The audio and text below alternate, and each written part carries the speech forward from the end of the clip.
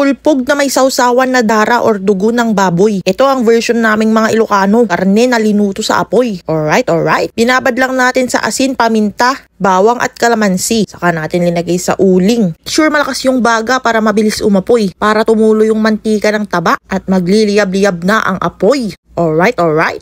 Yan ang magbibigay flavor sa ating pulpog. Itutusta natin yung outer layer pero sa loob, medium ang pagkakaluto para malambot at juicy. Alright.